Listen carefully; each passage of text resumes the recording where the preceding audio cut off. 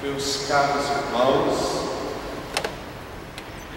minhas caras irmãs, então é dentro desse contexto do advento significa que cada um de nós nos dispomos, ao menos em tese, nos dispomos a rever algumas coisas em nossa vida, a rever algumas situações que durante esse ano que está terminando causou para nós dores, causou para nós desconforto para os relacionamentos, enfim, não foi uma coisa legal, porque no final nós saímos satisfeitos ou satisfeitas.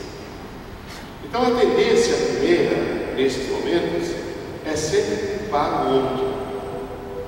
Isso aconteceu porque meu esposo é assim, assada, aconteceu porque minha esposa é assim, assada, aconteceu porque os meus filhos são assim, aconteceu porque o padre é chato, ele não fala direito as coisas, e eu quero entender, ele não fala nada.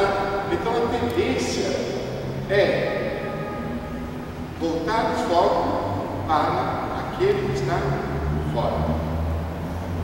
Então esse jogo nem sempre dá certo ou nunca dá certo, porque você eternamente culpa o outro e você fica um pouco satisfeito, mas as coisas continuam da mesma forma. E como a gente vai entender isso? Quando você ofende o seu próximo, quando você cria situações inadequadas com o seu irmão ou com a sua irmã, não é somente uma ofensa do ponto de vista psíquico que vai estabelecer, mas você também sofre com isso. E quem sofre primeiro a sofrer, os primeiros sinais que mostram isso é o seu próprio corpo, porque às vezes você fica com a sua testa franzida, você entra em depressão, você fica azedo, azeda, você não consegue conversar com ninguém, aí o açúcar vai lá em cima, o colesterol vai lá em cima, e você vai ao médico, achando que tem que resolver com remédio, e no final, o culpado quem é? É o outro? É o remédio que não serve? Nem sempre. Somos nós.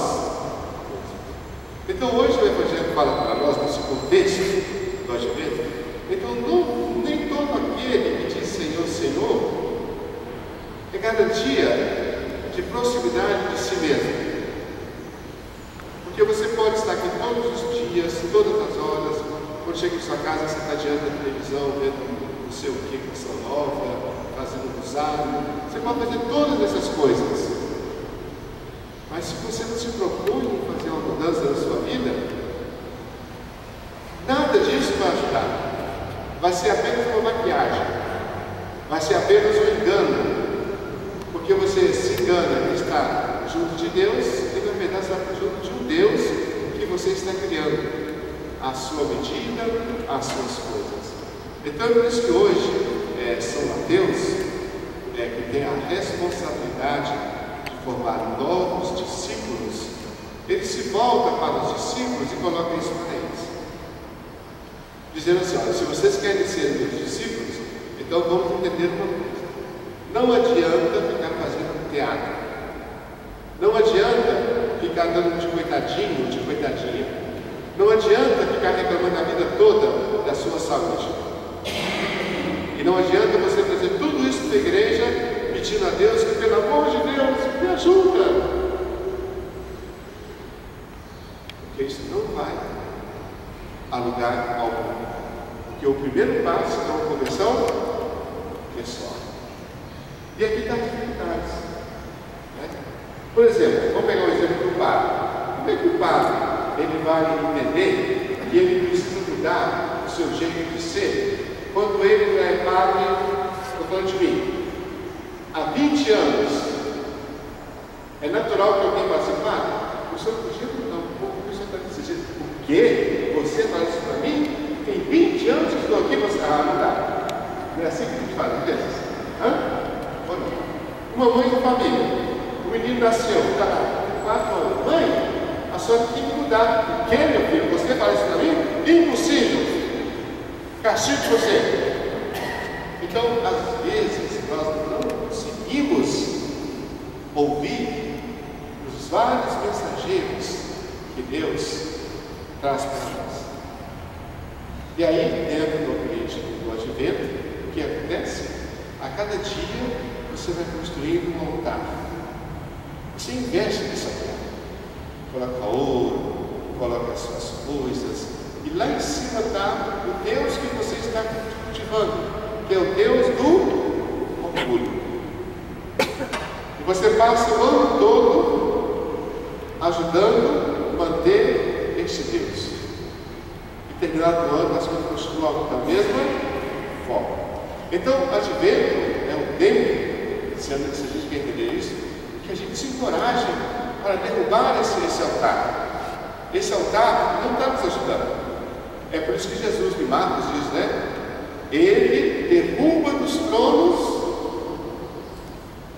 quem? Os pobres, os poderosos. Os poderosos. E exalta os humildes. Porque é só a comunidade que nós vamos conseguir captar esse sinal de Deus. É só a comunidade que você vai conseguir até uma felicidade diante de uma situação difícil na sua vida. Isso não significa que você gosta de sofrer. Pela humildade, você consegue ver no sofrimento a mensagem de Deus. Então, o advento é para isso, gente. Agora, é complicado, né, gente, fazer isso? Venhamos e convenhamos. Porque muitos de nós, no advento, não estamos pensando nisso. Dia 20, meu Deus do céu, chegando o 13º, eu quero comprar isso, eu quero comprar aquilo, eu não sei o que eu vou fazer mais, eu quero fazer um almoço dia 24, eu vou convidar para de tal. É assim que a gente funciona? Ou não? Hã? É. Ah, mas o meu salário não vai dar, porque já é metade, sou aposentado, recebi em qualquer lugar, já gastei tudo, vai ser a metade que eu recebi agora. Mas não tem problema, eu tenho um cartão de crédito, a gente faz prestação. Essa é a nossa cultura que nova, né? Como desbotar isso? É preciso muita coragem. E o advento é para isso, para nos ajudar a ter essa coragem. Então, que Deus nos ajude e que nos faça não ser aquele, nem todo aquele que diz Senhor, Senhor, é garantia de estar próximo de si mesmo. Porque tem muita gente que fala Senhor, Senhor, mas está longe de Deus.